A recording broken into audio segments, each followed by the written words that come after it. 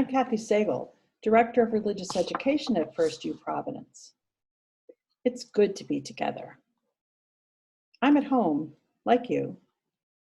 I've been thinking about the Jewish holiday Passover from my family tradition coming up this week. Passover is when the story of a people's freedom is told as it has been retold by families for hundreds of years. It's a way to teach each generation what it means to care about justice and freedom for all families. In fact, the idea is to tell the story as if it happened to us personally, so we can keep that promise to work for justice. We connect the old story with right now. Does your family tell stories? My elders told a tale from their childhoods about blocks of ice being delivered to keep food cold before homes had refrigerators. I hope you'll get to know and remember your own family stories. The Passover story is from the Hebrew Bible. It retells the exodus or leaving of the Jews from Egypt, where they were slaves. The holiday meal, called a Seder, has a very important role for children. In fact, the supper begins with the youngest child at the table asking 4 questions that help explain about Passover and why it is a different and special night. Some kids look forward to that responsibility, and some are shy. To honor their parents and the tradition, they ask the questions, just like this.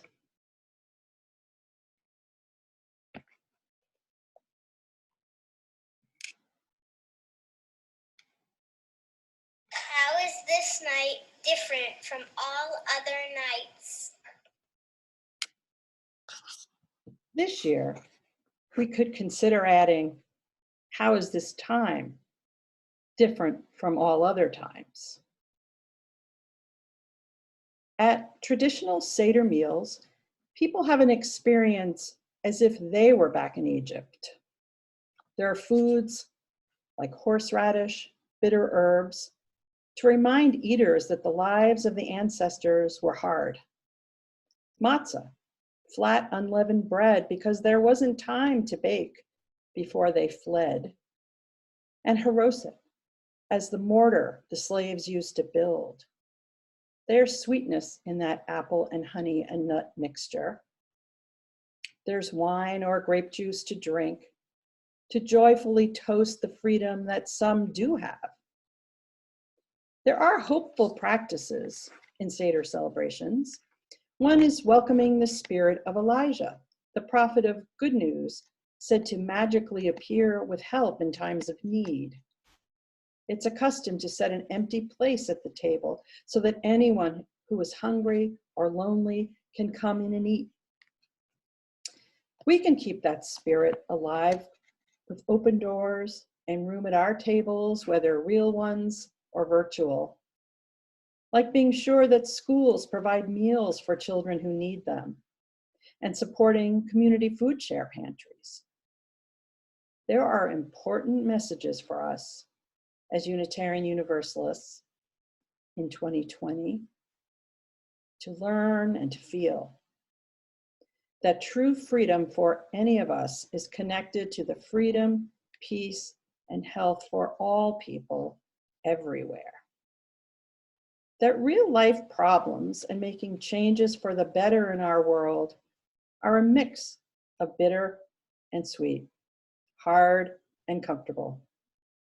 I'd like us to remember the Passover message of precious freedom and promise to live each day with justice and love, so that next year, when we gather, the world will be made better by our decisions and our efforts.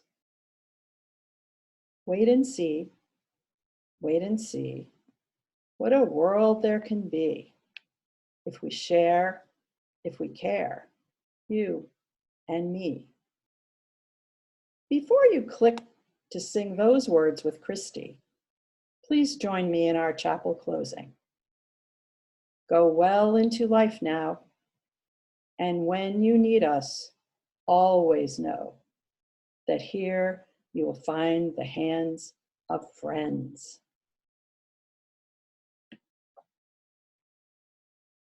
Carry the flame of peace and love until we meet again. Be well.